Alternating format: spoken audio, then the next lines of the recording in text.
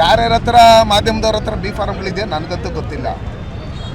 ನಮ್ಮಲ್ಲಿ ಹೈಕಮಾಂಡ್ ನಾನೀಗ MP ಆಗಿ ನನ್ನನ್ನು ಕೋಲಾರ ಲೋಕಸಭಾ ಕ್ಷೇತ್ರದಲ್ಲಿ ಆಯ್ಕೆ ಮಾಡಿ ನನ್ನನ್ನು ಸಂಸದನಾಗಿ ಮಾಡಿದ್ದಾರೆ. ಇದ್ದೀನಿ, ನಾನು ಇನ್ನೂ ಓಡಾಡ್ತಾ ಇದ್ದೀನಿ.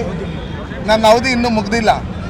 ನಮ್ಮಲ್ಲಿ ಇಡೀ ದೇಶದಲ್ಲಿ ಭಾರತೀಯ ಜನತಾ ಪಾರ್ಟಿಯಲ್ಲಿ 81 ಜನ ದಲಿತರು ಮತ್ತು ಪರಿಶಿಷ್ಟ ಜಾತಿ ಮತ್ತು ಪರಿಶಿಷ್ಟ ಪಂಗಡದ ಸಂಸದರಿದ್ದಾರೆ. ಅದು ಕೊಟ್ಟಿರ್ತಕ್ಕಂಥ ಕೀರ್ತಿ ಸನ್ಮಾನ್ಯ ನರೇಂದ್ರ ಮೋದಿಯವರಿಗೆ ಮತ್ತು ಭಾರತೀಯ ಜನತಾ ಪಾರ್ಟಿಗೆ ಸೇರಬೇಕು. ಹಂಗಿರ್ತಕ್ಕಂಥ ಸಂದರ್ಭದಲ್ಲಿ ಕೋಲಾರ ಲೋಕಸಭಾ ಕ್ಷೇತ್ರದ ಜನರ ನಾಡಿ ಮಿಡಿತ ಏನು ಎತ್ತ ಅಂತ ನಮ್ಮ ವರಿಷ್ಠರು 3-4 ಸರ್ವೆಗಳನ್ನು ಮಾಡಿದ್ದಾರೆ. ಯಾರಿಗೆ ಟಿಕೆಟ್ ಕೊಡಬೇಕು ಏನು ಎತ್ತ ಅಂತೇಳಿ ತೀರ್ಮಾನ ಮಾಡೋದಕ್ಕೆ ಇನ್ನೂ ಟೈಮ್ ಇದೆ. ಅಷ್ಟು ಬೇಗ ಕೆಲವರು ನನಗೆ ಸಿಕ್ಕಿದೆ ನಿನಗೆ ಸಿಗ್ತಾ ಅಂತ ಹೇಳಿ ಕೇಳ್ತಾ ಇರೋ ಸಂದರ್ಭದಲ್ಲಿ ನಮ್ಮಲ್ಲಿ ದೊಡ್ಡ ದೊಡ್ಡ ನಾಯಕರುಗಳಿಗೆ ಇನ್ನೂ ಯಾರಿಗೂ ಬಿ ಫಾರಂ ಕೊಟ್ಟಿಲ್ಲ. ಅಂಥ ಸಂದರ್ಭದಲ್ಲಿ ಇವ್ರಿಗೆ ಎಲ್ಲಿಂದ ಬಂತು ಅಂತೇಳಿ ನನಗೇನು ಗೊತ್ತಿಲ್ಲ. ನಿಮ್ಗೇನಾದರೂ ಅದ್ರ ಬಗ್ಗೆ ಮಾಹಿತಿ ಇದ್ದರೆ ಅವ್ರನ್ನೇ ಕೇಳಿ ತಿಳ್ಕೊಳ್ಳಿ. ನಮ್ಮ ಪಕ್ಷದಲ್ಲಿ ನಾವು ಯಾವ ರೀತಿ ಕೆಲಸ ಮಾಡ್ತಾ ಇದ್ದೀರಿ ಏನು ಎತ್ತ ಅಂತೇಳಿ ಎಲ್ಲ ತಿಳ್ಕೊಂಡಿರೋದ್ರಿಂದ 1989 ಇಸ್ವಿಯಿಂದ ಕೋಲಾರದ ಚಿತ್ರಣ ಏನಿದೆ ಪ್ರತಿ ಲೋಕಸಭಾ ಚುನಾವಣೆಗಳಲ್ಲಿ ಅಂತ ಎಲ್ಲ ತಿಳ್ಕೊಂಡಿರೋದ್ರಿಂದ ನಮ್ಮ ಪಕ್ಷದ ವರಿಷ್ಠರು ದಲಿತರ ಪರವಾಗಿದೆ. ಯಾವುದೇ ಕಾರಣಕ್ಕೂ ನಮ್ಮಲ್ಲಿ ಕೋಲಾರದಲ್ಲಿರ್ತಕ್ಕಂಥ ಕಾರ್ಯಕರ್ತರು, ನಮ್ಮ ರಾಮನ ಭಕ್ತರು, ದೇಶ ಪ್ರೇಮಿಗಳಿಗೆ ಯಾವುದೇ ರೀತಿಯಾದಂಥ ಏನು ತೊಂದರೆ ಆಗಲ್ಲ, ನಿರಾಶೆ ಆಗಲ್ಲ, ಎಲ್ಲ ಒಳ್ಳೇದೇ ಆಗುತ್ತೆ. ಏನು ಅದರಲ್ಲಿ ಯಾವುದೇ ರೀತಿಯಿಂದ ಹೈಕಮಾಂಡ್ ಏನು ತೀರ್ಮಾನ ತಗೊಂತಾರೆ, ನನಗೇನು 75-80 ವರ್ಷ ಏನು ವಯಸ್ಸಾಗಿಲ್ಲ.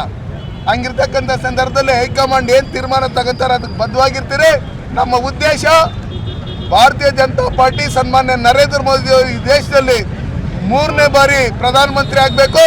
ಕರ್ನಾಟಕ ರಾಜ್ಯದಲ್ಲಿ 28 ಲೋಕಸಭಾ ಸ್ಥಾನಗಳನ್ನು ಭಾರತೀಯ ಜನತಾ ಪಾರ್ಟಿ ಮತ್ತು NDA ಮೈತ್ರಿಕೂಟ ಗೆಲ್ಲೋದ್ರ ಮುಖಾಂತರ ಇವರು ಏನು ಕಾಂಗ್ರೆಸ್ ಮುಕ್ತ ಕರ್ನಾಟಕ ಮಾಡೋಂಥ ನಿಟ್ಟಿನಲ್ಲಿ ಇವತ್ತು ಏನು ಈ ಭ್ರಷ್ಟ ಸಿದ್ದರಾಮಯ್ಯನವರ ವಿರುದ್ಧವಾಗಿ ಜನ ತೀರ್ಮಾನ ಮಾಡಿದ್ದಾರೆ, ಚುನಾವಣೆ ಯಾವತ್ತು ಬರುತ್ತೆ ಅಂತ ಹೇಳಿ ಕಾಯ್ತಾ ಇದ್ದಾರೆ.